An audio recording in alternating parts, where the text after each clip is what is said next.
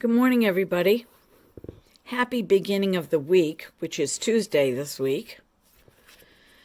Oh, I don't know about you, but I am so happy 4th of July is over. I know people love to get together and they love to have cookouts and do whatever it is they do, but for me, it's too much. One day would be great. 3 days, 4 days, too much.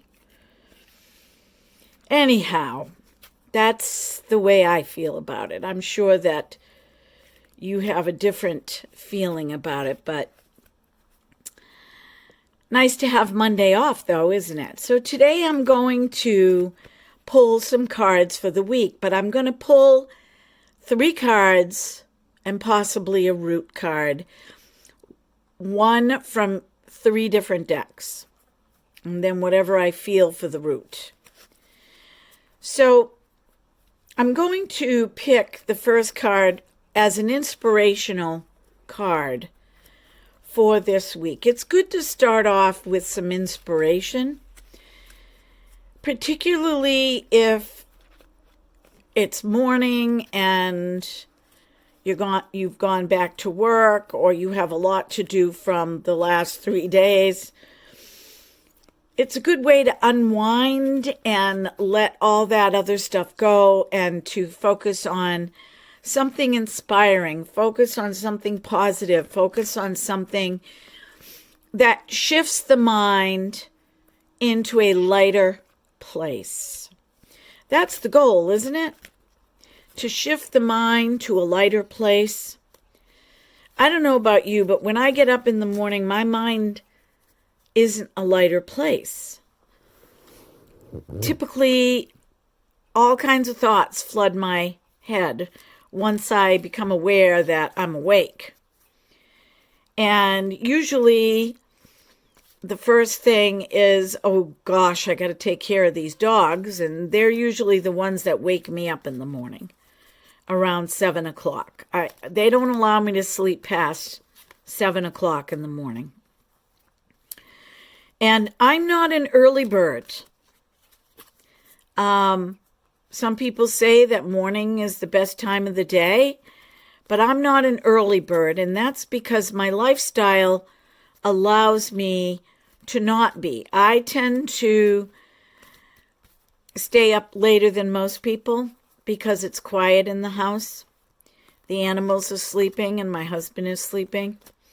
So even when I was younger and I had a family, I would stay up after everybody went to bed and I would read a book or I would study something. Back when there was no internet even, I had books that I would read and study.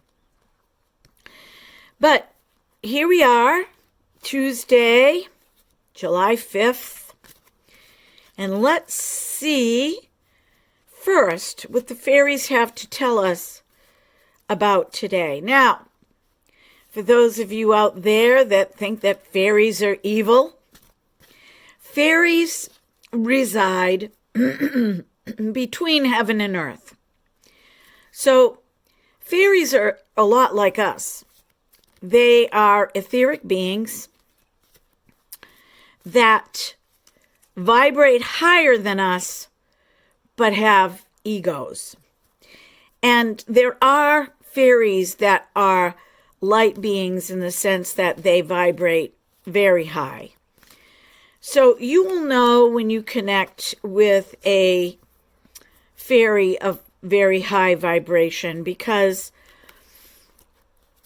there's no trickster stuff going on. It's all in love and for the betterment of the planet and for the betterment of your living space and your thought processes.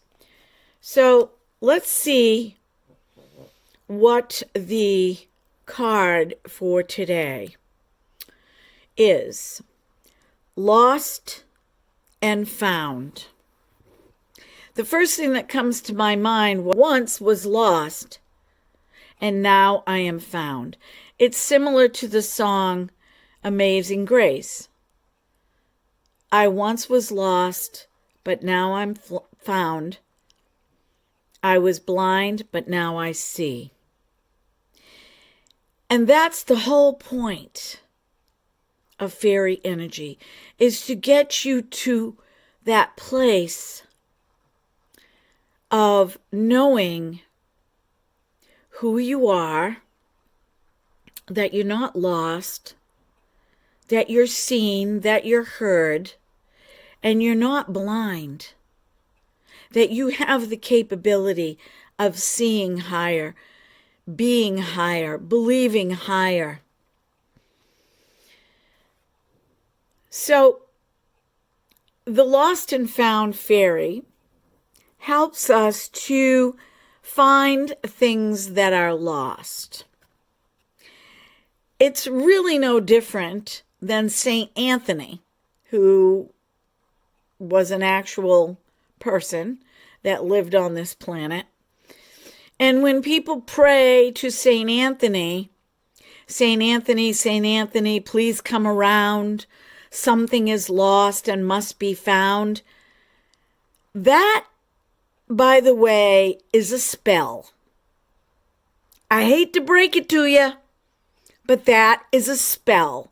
So if you're living in some sort of utopia, that the religious beliefs that you have don't include any of that, even the fundamentalist groups have their own little things that they do and say.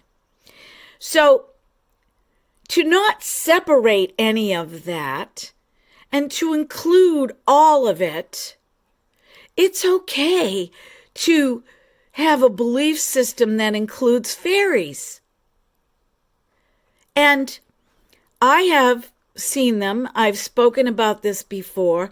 I captured them in photos. One photo in particular is several yards away from my house. And one evening, I was snapping pictures of the sky. And back in those days, you didn't do it with a cell phone. You did it with a camera, and then you took out the card and you put it in your computer and you uploaded the photos.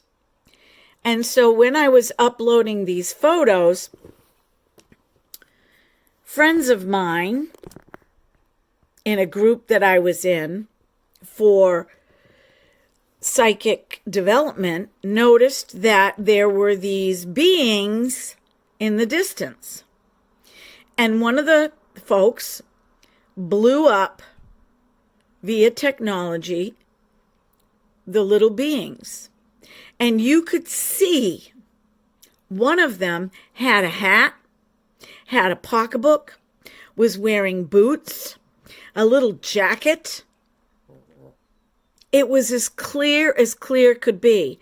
Another one, if I did the math correctly, several yards away from here, looked huge. Now, at first I thought, well, maybe that was a lunar moth. It couldn't have been a lunar moth because that lunar moth would have been 2 feet high. So when I did the math, that's what came out. You could see the body, the wings, you could see the legs, you could see the arms. And that was also blown up by one of the folks in the psychic development group. I was working, and when I came home, they were all chatting in the group and said that I was going to freak out when I saw the blown up pictures. I've saved them to my computer, so if any of you want to see them, I would be more than happy to share them with you. I probably would print them. I'm not quite sure how to do that on my YouTube channel yet. But you can ask the fairies to help you find something that was lost. Now, here's another thing. I have a tiger's eye pendant that I have had for years and years. And the chain became kind of nasty. I threw the chain away and I kept the pendant. It was a wrapped tiger's eye. And when we moved to this location, which is loaded with fairies, I could not find that pendant anywhere. And I'm thinking, how is it possible that my jewelry, which was in a box, at least from my awareness and my memory, it was put away, how could it just suddenly disappear? And so one day I was doing a real deep cleaning, and I was moving furniture, and I was going in all the crevices of the corners of the living room, and lo and behold, I found the pendant. And doing some research on fairies, I realized that they love tiger's eye. It's one of their favorite stones. And they also like to take these stones, these gems, and they like to hide them and keep them for themselves. Now, it's possible that I had it on my bureau. It's possible that my cat knocked it off my bureau. And it's possible that my cat batted it into the corner of the living room. I took all of that into consideration. The thing is that cat never stole any of my jewelry. The cat I have now does. But the cat that I had back then never bothered to touch any of my jewelry ever. I could leave it strewn all over my bureau and that cat wouldn't touch it. So it's an interesting thought. It's an interesting idea. And this happened before I snapped those pictures. So in my mind, I was being told ahead of time, hey, we're here. We see you. We know what's going on. And it's okay. You can trust us. We're not going to do you any harm. You don't do us any harm. You respect us and we'll respect you. And isn't that the basis of how we should live our lives? You don't do me any harm. I don't do you any harm. You respect me and I respect you, and all is well with our place of being. And so if you have the opportunity to just take a walk in nature and breathe in the fairy energy, at some point you may be chosen to see them, because I believe they choose us. We're at the right place at the right time, and they allow themselves to be seen. They don't really like to be seen. So if you're missing something in your house, your car keys, a piece of jewelry, you've lost something special to you, just ask one of the house fairies to help you find it. And you can also say the St. Anthony prayer too. No harm in that. No harm, no foul. Okay? That's an inspirational thought for today. And interesting, this little cat right there looks just like my Duncan, who passed away during the pandemic. Sometimes the lost and found fairy can help us find things we never even realized that we lost. And that could be ourselves. So this is card number 1, inspiration for the week. Let's move on to card number 2. Let's pull a card that has to do with the climate of our country, the climate of other countries interacting, and what's going on globally. My cards, Light Fragments, Oracles, really have to do with the soul. So while I can pull a card and I can read it concerning what I just mentioned, it's really about you and your perspective of what's going on right now. And, you know, I just can't watch the news anymore. I watch the local news to kind of see what's going on locally and things going on around the state of New Hampshire, but I don't really watch the news. Occasionally, I will perk up on something my husband has the news on, but I don't want to be in that anymore. And I surmise that there's a lot of you out there that don't either. Because really, do we have any control over it? The best possible recourse for all of this is to connect with your inner being for what is going on at hand right now within you and without you. That's the most important thing that you can do right now. Because let me tell you, when you start to do that and you become aware and you gain clarity, your focus will shift. And when your focus shifts, you will begin to perceive everything that's going on around you differently. And nothing will be as important to you as that. Because when you fall out of that, you will have the contrast to see, oh, I don't like this, and I really liked that. I want more of that. And you will begin to shift, and when you shift, other people will see the shift, and they'll be like, whoa, what happened to Jane? Whoa, wow, she used to talk all the time, and now she's very quiet and peaceful.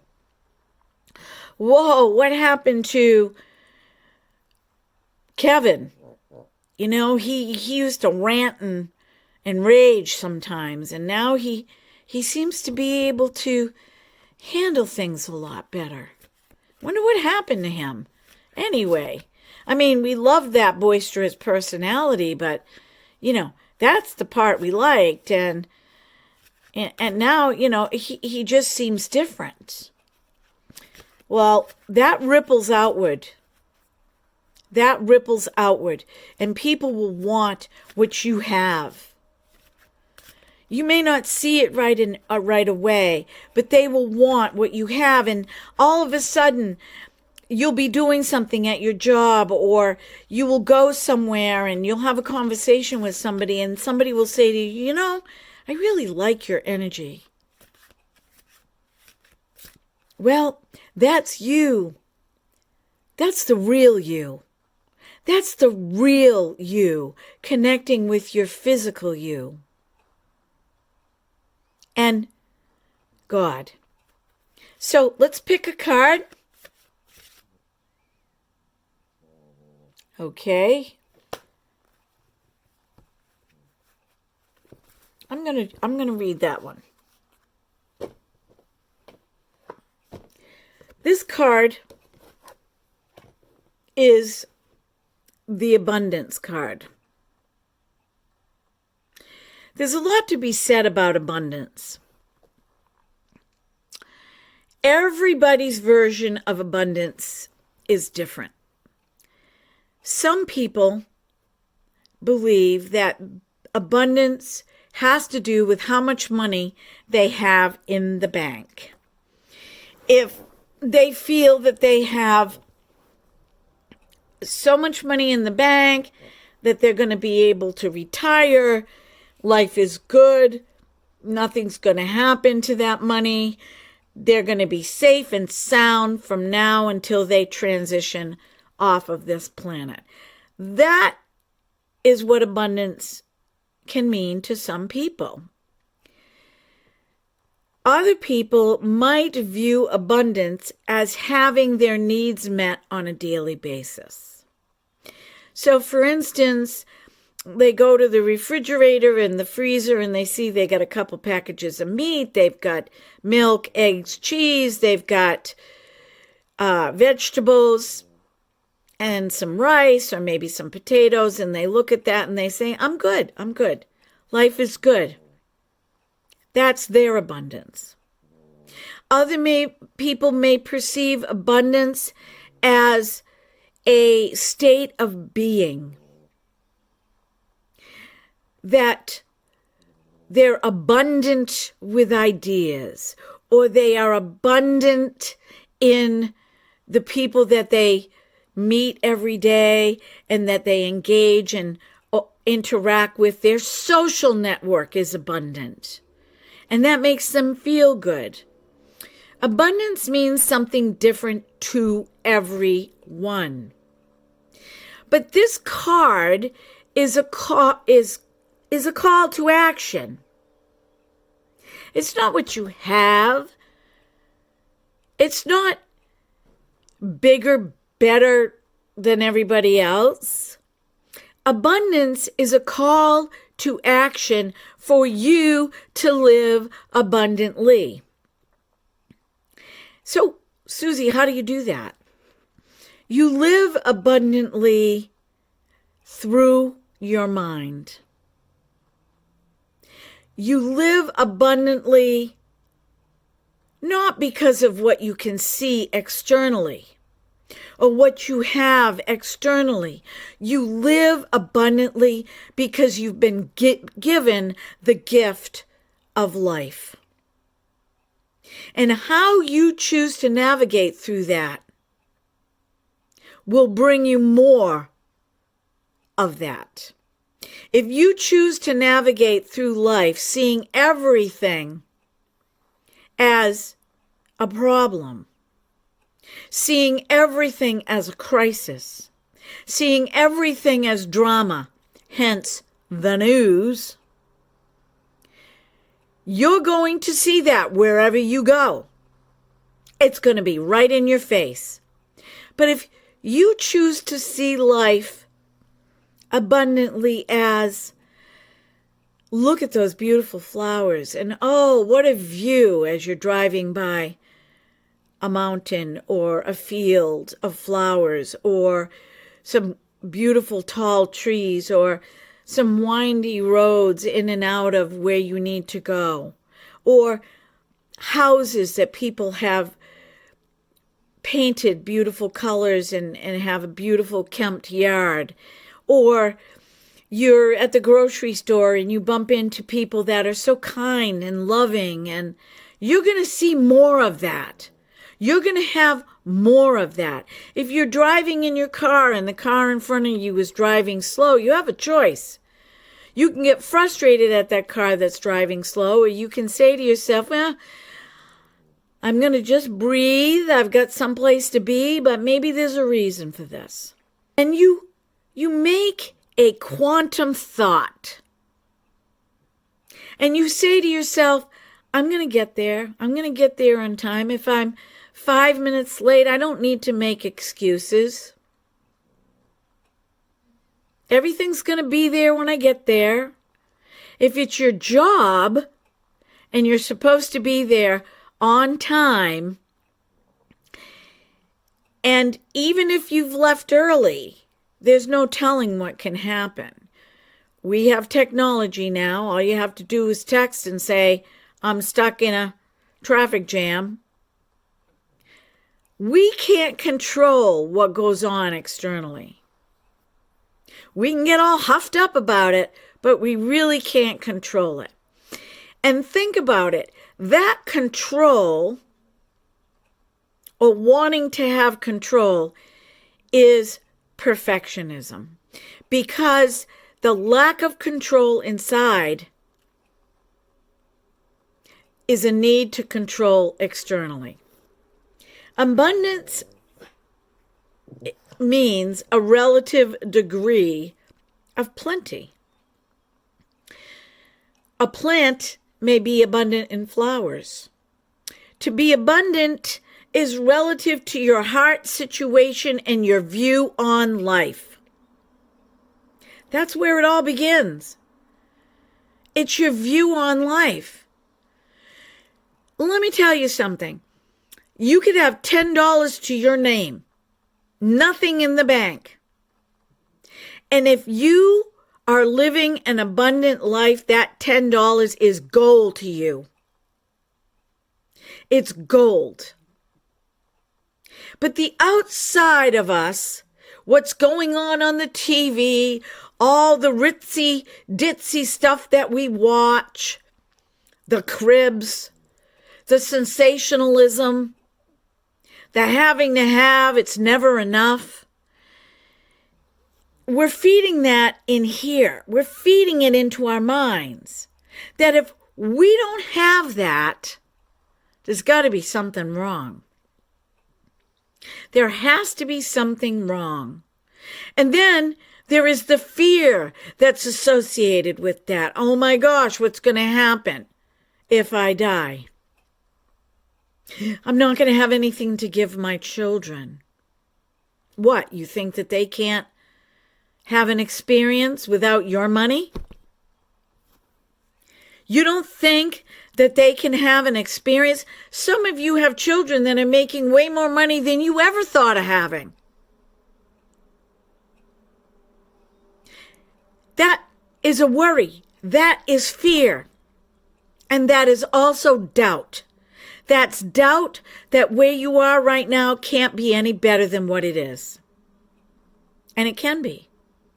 And it starts with that moment of, I am grateful. I appreciate my life. I have an abundant life. And going down the checklist of everything in your life that brings you joy and happiness. If you believe you are abundant, then you are. Now, let's talk about being in situations that we put ourselves. We do that, you know. We put ourselves in situations financially, okay, that we do have control over, but we're going to do it anyway. And then in hindsight, we say, why did we do that? Well, let that go. Let that go. It's past. Can't do anything about it now. But you can look at where you are now. And you can take that experience and you can say to yourself, why am I doing this? Again, I'm not going to do this. I'm not going to do this. My experience has taught me I'm not going to do this. Now, there are situations that are beyond our control, like what happened during the pandemic. People lost their jobs. Businesses closed down. It was unfortunate. I do not know what happened to a lot of these people. I do know that the country gave out money to businesses. I do know that there were businesses that took advantage of that. And their employees saw nothing. I know that there were small businesses that had to close because there wasn't any revenue coming in. I do know that if that happened, that means that life needs to begin again. It never stops flowing. It never stops changing. And even though those circumstances were unfortunate, and we keep hearing about it over and over and over again, I am sure that there are people out there that have made a go of it doing something else. In fact, maybe they're doing a job that somebody else left that they don't want anymore. It's an ebb and a flow. It's an ebb and a flow. But how we choose to see that will make a difference in our lives. How abundant are you today? Look at your abundance throughout the week. Make a checklist of all the things that you feel abundant in. Does your family love you? Are they always showing you that they love you? Do you have a best friend that calls you every day and checks up on you? Do you have access to social media where otherwise you wouldn't be able to see anybody because of the situation that you're in? You can find something. You can find something. That's where you begin. Okay, choose abundance. And the third card is going to be a card pertaining to our soul. Now, before I start, I wanted to say that I wanted to talk about where we are as a country. You know, America is the richest country in the world. We are the richest, most blessed country in the world. There is no need for this country to have people on the street with no place to live. There is no need for people in this country to go hungry.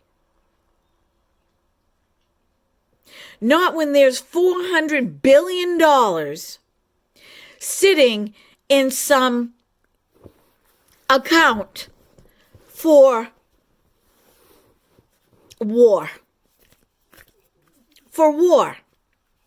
The very fact that it's sitting in that account for war means that they want more war.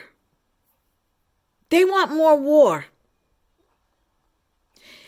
If they built up the people and the inhabitants of this country and gave them the necessities, food, water, clothing, a roof over their heads, a place to sleep, help with finding the job that suited them, we wouldn't be in this predicament that we're in. And people will say, oh, you don't know what you're talking about. There's always been war. There will always be war. No, there wasn't. There was not always war. There was not always war. That was a man-made construct. That was not what God intended. And when God gave the inhabitants of this planet the ability to choose and to have free will, they usurped that freedom and chose to hate and have war. And so it all boils down to teaching people how to connect with who they truly are, their essence that God created. Well, how do you do that? You teach them how to meditate. You teach the children how to meditate. It's not evil. You don't have to teach a religion.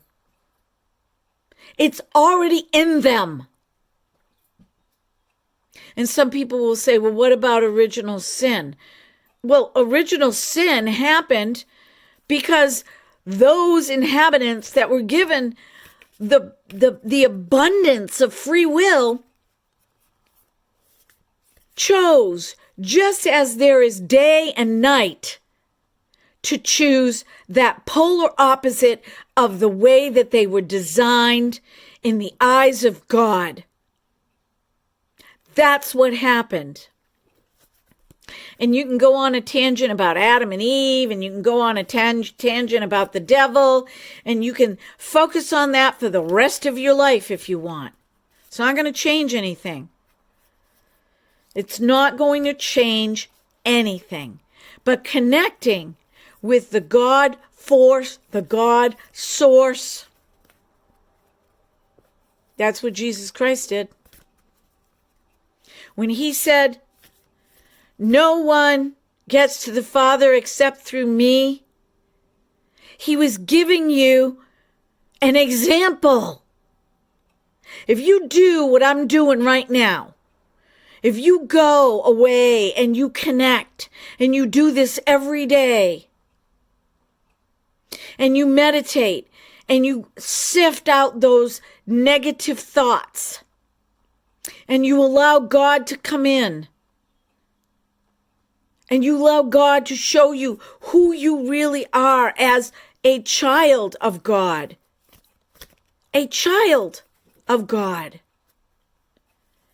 You will see how wonderful and beautifully that you were made. With all of your limitations, the unlimiting power of God will show you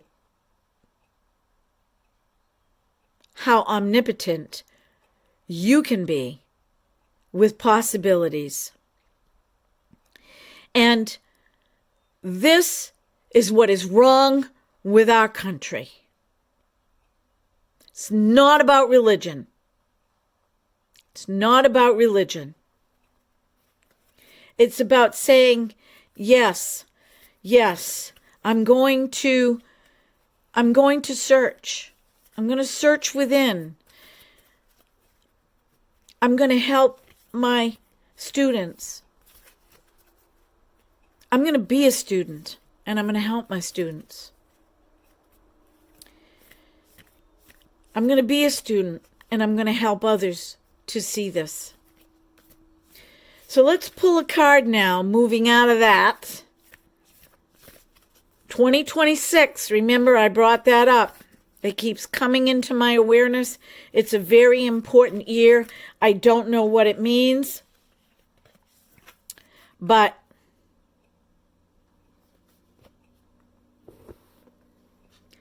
this is what we're doing, friends. We are birthing a new age. We are birthing a golden age. The collective consciousness of all those that choose to be consciously aware of themselves and here with their higher self, with their source of all that is and all that's been created. If you see God separate from you, you're always going to be getting a spanking. God's always going to be going, you're doing something wrong, you're doing something wrong. Oh, go sit in the corner over there. Oh, you're not worthy. If you see God as separate from you, you are never going to see how much you are loved and how worthy you are to be that child of God. And there's so much joy in that. There's so much happiness. There's so much contentment. And you see those of us that are beginning to talk about it or have been talking about it, we see it. And we see a dawning. We see a beautiful new age coming. A golden age coming. A birthing of a new age. How does that happen? A birthing of new creative thinking, a birthing of new creative thought processes. It's dreaming a new world into being. But it's not going to happen if everybody stays stuck in the old. It's not going to happen. There is fear in that. There's fear of being stuck in the old. You know the old saying, out with the old, in with the new? Well, it's really truer than you believe. It's not throwing out your old clothes so you can get new clothes. It's throwing out old patterns of behavior that aren't serving you. It's throwing out old ways of looking at things. It's throwing out old ideas that are not working. It's throwing out old control systems. It's throwing out old, I don't want to say this. It's throwing out that stuck old way of doing things that is not serving this planet anymore.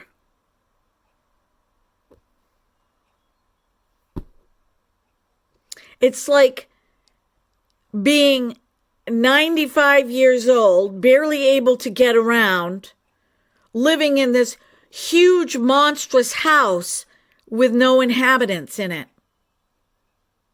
Because that's what you have to do, because you're stuck in that.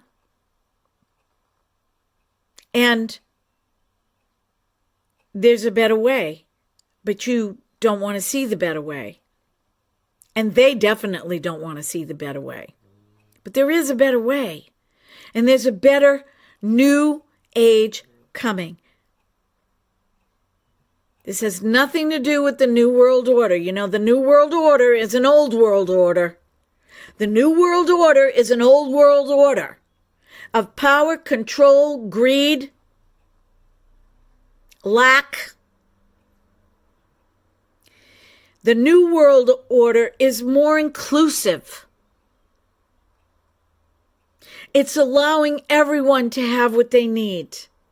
It's allowing and knowing that there is enough for everybody, and that old world order, which is the New World Order, which has to hold on to that. They've got to hold on with that, of that billions of dollars that they know could get everybody out of the situation that they're in. So, my friends, for today,